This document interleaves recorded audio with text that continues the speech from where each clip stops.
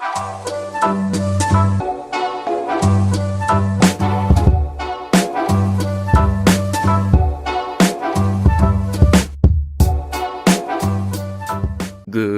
evening, boys and girls, and welcome back to the number one footballing podcast in the world. It's the Chelsea Goalkeeper podcast. Welcome back to episode number 15. And this time it is a review, not a preview. I'm going to give you guys my team of the week. We've just witnessed one of the most craziest match weeks, I think, this year. The Euros have officially kicked off. And what a match week we have witnessed, man. It's been ups and it's been downs and it's been all over the place. Honestly, we've witnessed every single kind of type of match that there is to witness.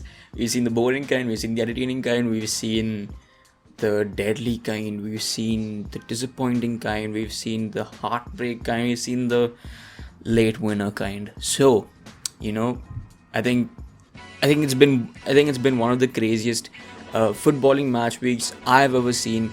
I followed at least 80% of the games, not every single one, but 80% of them. Through the process of elimination, I have tried to make a team of the week for match week 1. A little disclaimer for you boys, this is just my opinion, this is not facts, this is not the hard truth. You can have your own opinion, you are entitled to your own opinion.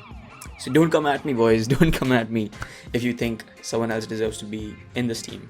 But I'm going to give you my team of the week, go over each player and discuss their contributions, their role in their respective games. So let's start. Without any further ado, let's just begin. Starting off in goal, I have gone with the Wales goalkeeper, Danny Ward. I think so. Wales played Switzerland in the first match week, and Danny Ward in that first half made some incredible saves to keep Wales right in that game, allowing them to kind of build on and move on from there. But I think he made about 4 or 5 crucial saves within that game. Okay, in defense, I have gone with a back 4 of Munier, Skriniar, Giorgio Chiellini and Spinazzola. I think all these 4 players had magnificent games. Munier grabbing a goal and assist to help his team win a 3-0 victory over Russia. Super important player on that pitch, and obviously he's there for the defensive stability, but he also has incredible attacking prowess, and that's what we saw against Russia. He was just incredible, bombing down the right hand side and making himself a presence in the box as well. So he definitely gets into this team. Next up is Skriniar. Skriniar played an absolutely important role in Slovakia's win against Poland. Poland, even though they have one of the best, if not the best, striker in the world right now, Lewandowski, it's just not the same like other teams like Argentina, like Portugal, where we have the star man, compensating for the rest of the team and carrying the rest of the team to whatever state of the competition they can. It's just not possible for Lewandowski to do everything by himself, and so he suffers. He suffers in that team. But I think they did relatively well against Slovakia. Slovakia does have a few good players. Skriniar, Hamsich is also in that team. They have a couple of good big name players in that team, but Skriniar standing out yet again, scoring the winner in 69th minute after a red card, but a winner nonetheless. Moving on to Giorgio Chiellini. Chiellini was, I think, one of the most important players in that Italian defense and has been for so many years. I don't even know how long he's been playing. I don't know how old he is even, but he's been playing, and as far as I remember, he has been a rock in that defense and has been the number one go-to defender for both Juventus and Italy. I don't even know how many games he probably plays this season, but to show up in the big games is not easy, and this guy does it every single year. Almost scoring a goal for Italy in that 3-0 victory against Turkey. Unfortunately, it was disallowed. But his contributions in the defensive third, in the defensive phase, is always crucial. Moving on to Spinazzola, because of the stability that the Italian duo in defense has, the two centre backs, I think this gives a lot of freedom to the wing backs, and Spinazzola, he found himself in acres of space, man.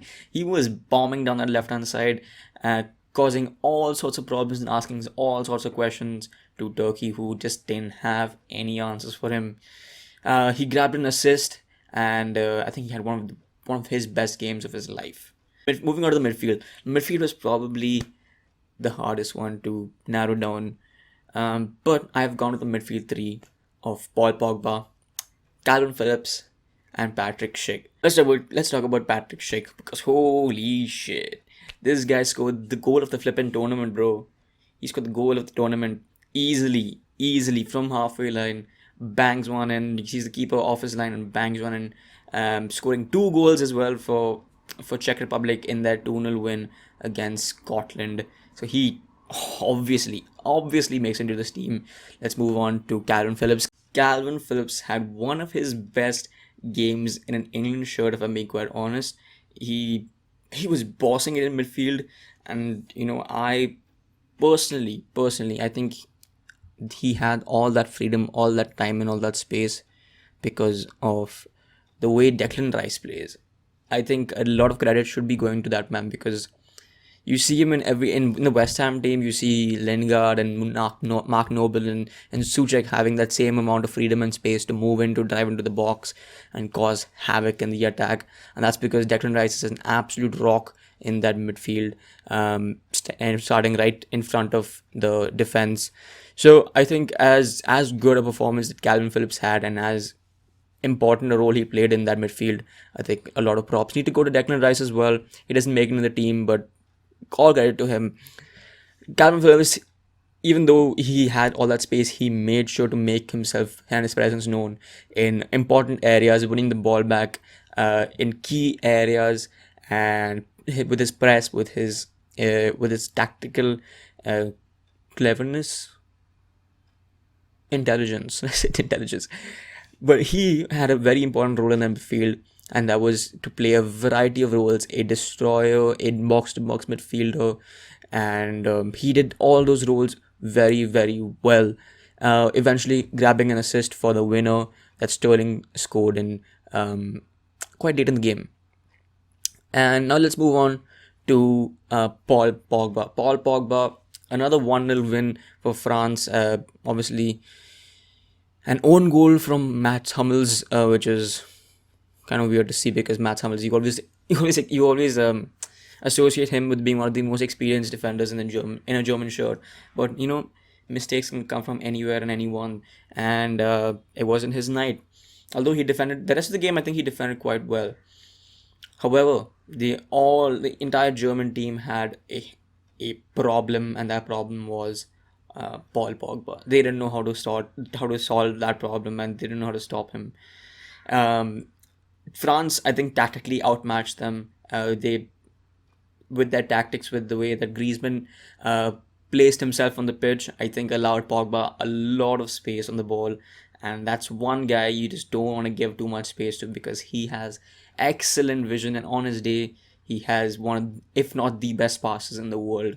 So, that whole combination of space, time, and ability is just a recipe for disaster for the opponents, and that's what it was. Pogba was running the show, and where I don't know where this Pogba goes when he puts on a red Man U shirt, but in blue he seems to be doing very well, and for France he's been an absolute baller. So he makes it into this team, even though he doesn't grab a goal or an assist. Moving on to the front three, I have gone with a front three of Rafa Silva, Romelu Lukaku, and Cristiano Ronaldo. Cristiano Ronaldo, he obviously makes it into this team. I know Portugal didn't have their best game against Hungary, but Hungary held on for about 75 minutes before an unfortunate goal kicked off a series of unfortunate events that led to a 3-0 victory in front of 63,000 Hungary fans, which is disappointing for them, but an absolute miracle. And I mean, maybe it was kind of deserved towards the end, because Portugal were piling on the pressure, and obviously Ronaldo is always at the helm of it, scoring a penalty and then scoring the third goal to seal the deal for the Portuguese men. Let's move to Lukaku. Lukaku I think he's going to win the Golden Boot. I said this in my preview for the Belgium versus Russia game. He is an excellent striker, and if not one of the best in the world right now.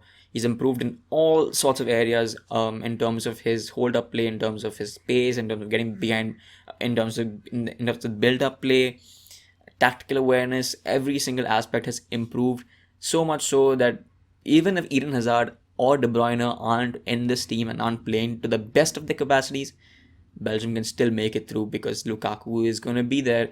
He's going to be at the end of the crosses. He's going to make his presence known. He's going to make the defenders feel his physicality, and obviously he's going to bag in the goals. So scoring 2 against Russia in the 3-0 win, he obviously makes into this team. Moving on, Rafa Silva.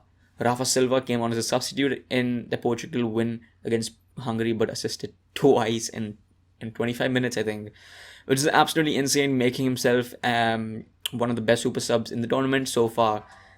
Massive contribution. Nothing more to say about him. Yeah, this is my team of the week, guys. This is my final team of the week. Let me know what do you think in the comment section below. Which players do you agree with? Which players you don't agree with? Who would you put into this team? Yeah, let me know down below. And this is an interesting video to film. I'm probably going to make this a series and do one after every match week. So stay tuned for that. And turn on those post notifications. Subscribe to the channel. Like the damn video. And I will see you boys in the next one. Peace.